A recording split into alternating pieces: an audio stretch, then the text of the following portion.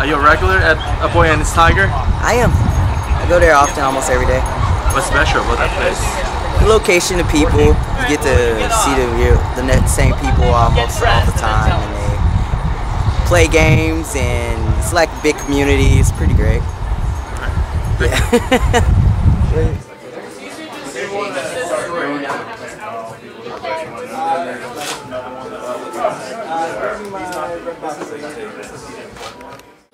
And the dog. And the dog. Is the dog a regular? Oh yeah, very. Bear comes here a lot. What's the dog's name? It's Bear. Bear? Yeah, don't call him Snowflake, he'll bite you. Okay.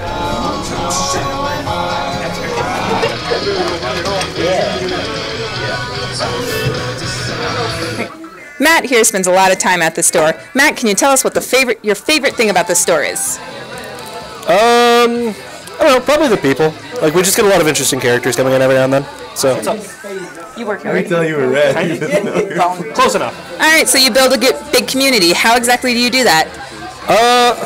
We do a lot of things. Radio advertisements right now to get people to come in. Events like the one that's going on now, the Magic Draft. General game nights, just inviting people to come in and hang out. One of the bigger things we did, which seems really innocuous actually, is we added in an area explicitly for just sitting down, reading, and talking up at the front of the store, which was really helpful with the move. So it's part of a project that I want to kind of expand on at some point.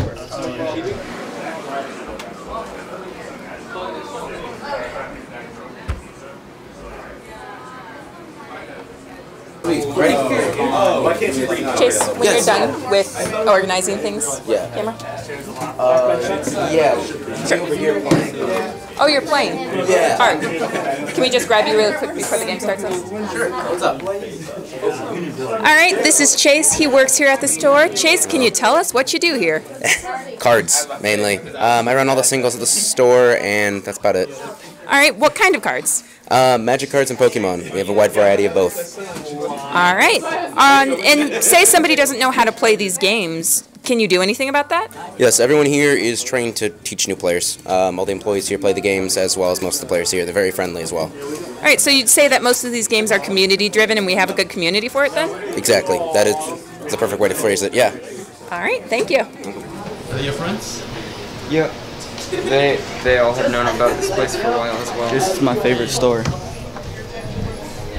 This is what? This is my favorite store. What do you like about it? Everything. It's perfect. Hey, good. Robbie Fields. And how about his? That's Q1. That's Q1 King. He's a very special person. Are you two come here a lot? Yeah. So like the comics, when you read them, it's like opening into another dimension.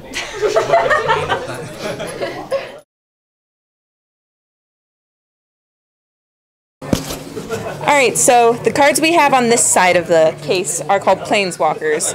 They are your champions, your heroes. They are some of the strongest cards in the game that have special abilities that can change the tide of the game. However, there are certain tricks that you have to do to be able to use these abilities. Sometimes it's keeping a card in play, sometimes it's discarding an opponent's card. All of them have different abilities and they go in different decks of different colors. In Magic, all cards are considered spells, even when you're summoning creatures. And there are different kinds of spell cards that you can use, which are referred to as sorcery. Those are cards that you can cast like a normal spell. There are also artifacts in addition to the creatures and the sorceries. And there's something called instants, which you can cast instantly, whereas most of the time you have to wait for your opponent to make a move, and then you can respond to that move, or make the move on your turn. How come these cards are so expensive right here? Okay. Some of them. So the cards actually go up in value according to rarity. And in addition to as their value increases according to rarity, there are foils. Foils are when cards are extra shiny, or you may have heard the phrase holographic. Because of these, they are rare. So if a card is only printed 100 times, it's rare. However, if it's foiled, that means out of those 100 cards printed, maybe 10 of them have this shiny thing that not only makes them look prettier, but denotes that they are rare. Do they are they more powerful if they are foiled? They are not more powerful if they are foiled. However, to seasoned Magic players and even novices, having the foiled is more of a trophy, and in addition, it just looks beautiful. Magic art has been known for the massive beauty and the art style that it contains. Here we have some Pokemon cards. Pokemon cards are really easy because they're denoted into 3 kinds of cards. You have trainers, you have energies, you have tools, and you have the basic Pokemon. You can play the Pokemon at any point, and the Pokemon require energy to be used. You can put down 1 energy card each turn, and certain Pokemon's moves can only be worked with energies. You can cast a trainer or a tool / supporter once a turn. And there are a variety of cards, there are a variety of types, and these types help counteract other types because they show weaknesses or strengths. For example, grass is very weak to fire. However, grass is also strong on water. So if you attack a grass Pokemon with a water type, it's only going to do half the damage. But if you attack it with a fire type, it's going to double.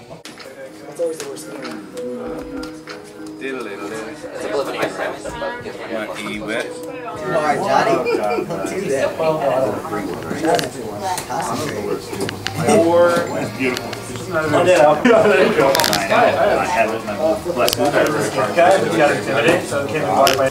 This is Chet and Cameron, their opponents today. Chet, can you tell us what color deck you're playing? I'm playing red and white. And what about you, Cameron? And I am just playing red.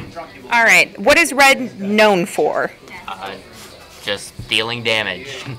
So it's a very aggressive type deck? Yep. What's usually the passive deck?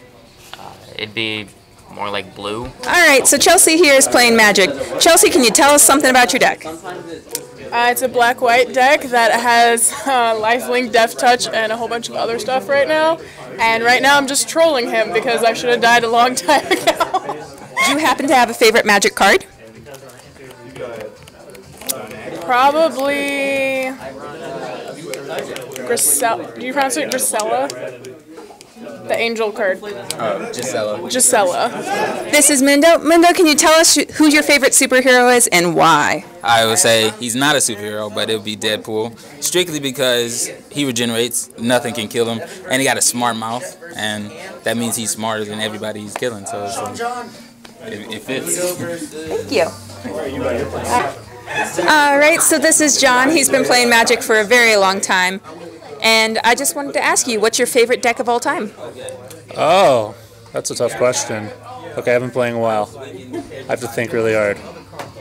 Okay, probably my favorite deck of all time, I guess I should look at the camera. Probably my favorite deck of all time is a deck called Rug Delver, which is probably called Temur Delver now, which is like a really aggressive deck that uses lots of cheap counter magic to protect its really cheap threats and just push forward lots of damage. So I always really like playing it, played to my play style. I got to just put one thing down and keep it protected and kill my opponent with it. Alright, thank you. So this is Devin. Devin, can you tell us that if you could have anything in the store, what would it be? It would probably be this Force of Will card down here. It's about $40 and it would probably save me a little bit in the long run. Alright, can you tell me what it does? For either 5 mana with 2 blue, or by discarding a blue card, it can counter any spell in the game. Alright, and this is a Magic card? Yes. What kind of deck would you use it in? Any kind of Legacy or EDH control deck. Alright, so there are 2 types of deck then? Yeah. Well, more than that, but those are the 2 types you could use it in. Alright, thank you so much. Alright, this is Will, and Will, can you tell us what your favorite board game is? Right now, my favorite board game is 5 Tribes. I think it's pretty fun. Why are we playing? What is 5 Tribes? Can you explain us really quick? Well, it's like a worker placement, kind of not. No, I can't. I messed up. it's too much pressure. Can you? It's okay. That just kept falling down. Here, we'll retry again. Wait, Lars, give me the answer. I've only played it 3 times, so I couldn't really explain too well. It's pretty complicated. I don't know why I chose it. I know, it's so hard. Think settlers of Catan. Oh, yeah. Alright, everyone, this is Robbie, and he's going to tell us something about comics. Hey, my name's Robbie, as she said. The comics in here are pretty cool. If you come in here, you should definitely buy at least one because they're not badly priced. You might get an issue for around $4 or $5. And the cool thing about comics, what I like, is that you can buy a comic and you'll be kept up with the show. Like, they usually keep the same plot. Sometimes they're like spin-off comics, like the ones over there. Most of those are spin-offs, but they're really cool, and you should definitely read them.